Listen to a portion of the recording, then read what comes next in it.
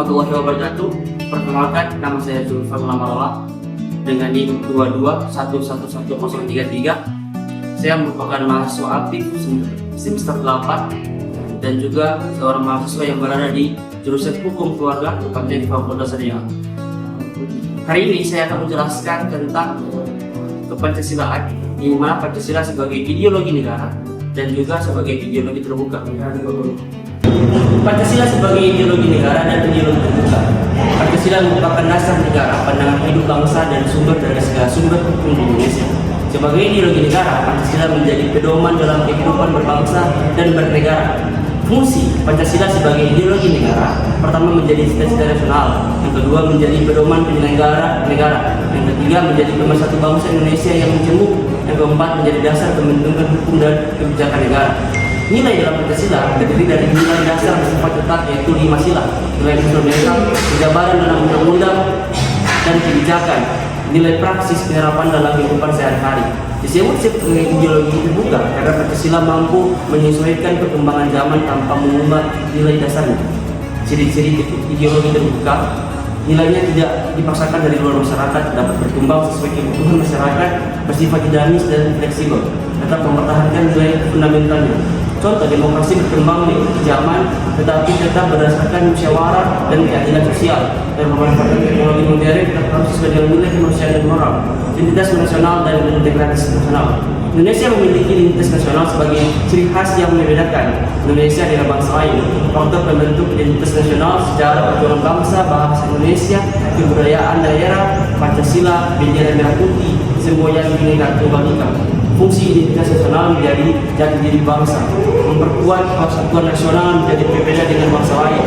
Integritas nasional adalah keadaan bersatunya bangsa secara utuh dalam berbagai aspek kehidupan, politik, sosial, budaya, ekonomi, dan pertahanan. Faktor pendukung integritas nasional adalah rasa nasionalisme, toleransi antar masyarakat, pemerataan pembangunan, penegakan hukum yang adil. Ancaman terhadap integritas nasional: konflik SARA, radikalisme, integritas sosial, ketimpangan ekonomi, hubungan keduanya. Identitas nasional membentuk karakter bangsa. Integritas nasional menjaga persatuan bangsa. Nilai-nilai anti korupsi. Komisi Pemberantasan Korupsi menjelaskan bahwa nilai anti korupsi merupakan nilai moral untuk mencegah perilaku koruptif. Nilai-nilai anti korupsi: jujur, tidak berbohong, dan tidak menyalahgunakan amanah, disiplin dan aturan dan waktu, tanggung jawab, melaksanakan tugas dengan baik.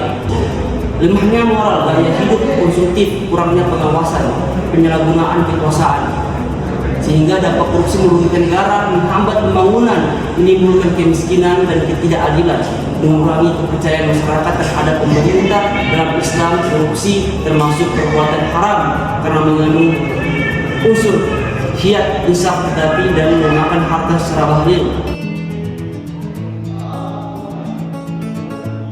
Agama dalam Islam. Islam berasal dari kata aslama yang berarti tunduk dan berserah diri kepada Allah.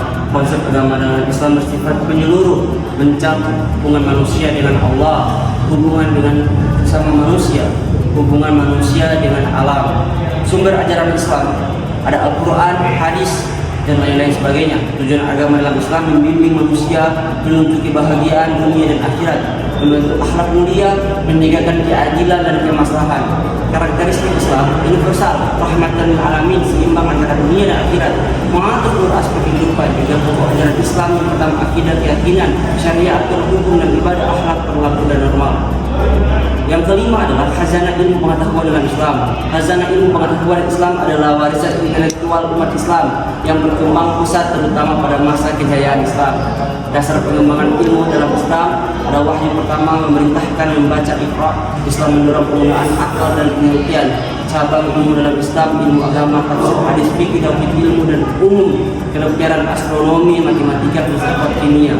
Tokoh-tokoh ilmuwan Islam ada Ibnu Sina, bidang kedokteran, ada Al-Khwarizmi, Al-Zabar, Ibnu Khaldun, ilmu sosial. Kesimpulannya, Islam memandang ilmu sebagai bagian ibadah, karena itu mencari ilmu memiliki kedudukan tinggi dari bidang kewajiban bagi setiap kami sebagai umat muslim. Mungkin hanya itu. Terima kasih. Nah, itulah penjelasan singkat dari saya terkait dengan penjelasan ideologi negara, yaitu Pancasila. dan Pancasila juga sebagai ideologi terbuka, dan juga beberapa penjelasan singkat mengenai tentang konsep hukum Islam itu sendiri. Saya sebagai mahasiswa hukum keluarga, tepatnya Fakultas Syariah, mohon maaf apabila ada kesalahan dalam penjelasan saya dalam video ini. Mungkin hanya itu yang dapat saya sampaikan. Terakhir kalimat dari saya, seperti kata-kata adigium hukum, bahwasanya tidak ada seorang pun dapat dihukum atas apa yang dipikirkannya. Mungkin hanya itu. Terima kasih. Wassalamualaikum warahmatullahi wabarakatuh.